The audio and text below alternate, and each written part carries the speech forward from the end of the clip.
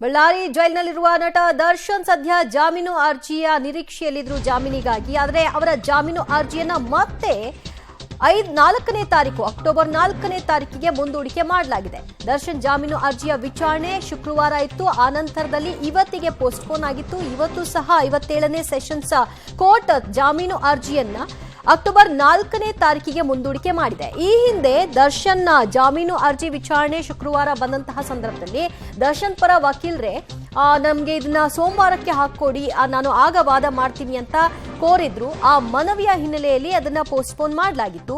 ಈಗ ಮತ್ತೆ ಪೋಸ್ಟ್ಪೋನ್ ಆಗಿದೆ. ಬಳ್ಳಾರಿ ಸೆಂಟ್ರಲ್ ಜೈಲಿನಲ್ಲಿ 33 ದಿನಗಳನ್ನ ಕಳೆದಿದ್ದಾರೆ ದಾಸ.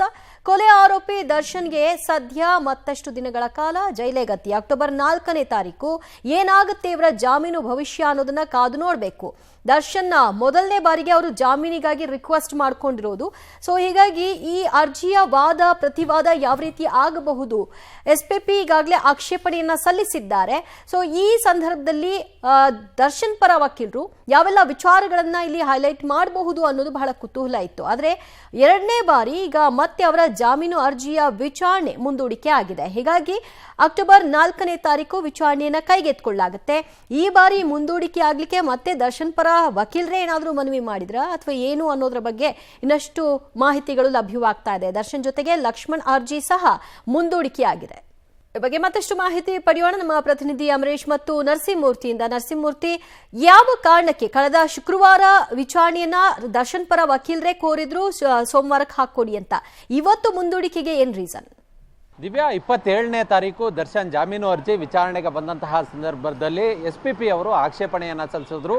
ಈ SPPಯ ಪ್ರತಿ ಏನಿದೆ ಇದು ಇನ್ನೂ ಕೂಡ ದರ್ಶನ್ ಪರ ವಕೀಲರ ಕೈಗೆ ಸಿಗದ ಕಾರಣ ಇದೀಗ ಆಕ್ಷೇಪಣೆಯಲ್ಲಿ ಏನಿದೆ ಅದನ್ನ ನೋಡಿಕೊಂಡು ನಾವು ವಾದವನ್ನ ಮಂಡನೆ ಮಾಡ್ತೀವಿ. ಹೀಗಾಗಿ ಸೋಮವಾರಕ್ಕೆ ಕಾಲಾವಕಾಶವನ್ನ ಕೊಡಬೇಕು ಅನ್ನೋ ನಿಟ್ಟಿನಲ್ಲಿ ದರ್ಶನ್ ಪರ ವಕೀಲ ಸುನಿಲ್ ಅವರು ಕೋರ್ಟ್ನಲ್ಲಿ ಮನವಿಯನ್ನ ಮಾಡಿಕೊಂಡಿದ್ರು. ಹೀಗಾಗಿ ದರ್ಶನ್ ಅವರ ಜಾಮೀನಿನ ಅರ್ಜಿ ಇವತ್ತಿಗೆ ಮುಂದೂಡಿಕೆಯಾಗಿತ್ತು.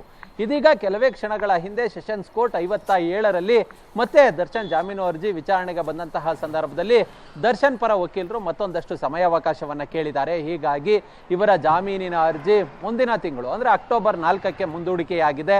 ಅವತ್ತು ದರ್ಶನ್ ಪರ ವಕೀಲರು ಕೋರ್ಟ್ನಲ್ಲಿ ವಾದವನ್ನ ಮಂಡನೆ ಮಾಡುವ ಸಾಧ್ಯತೆ ಇದೆ.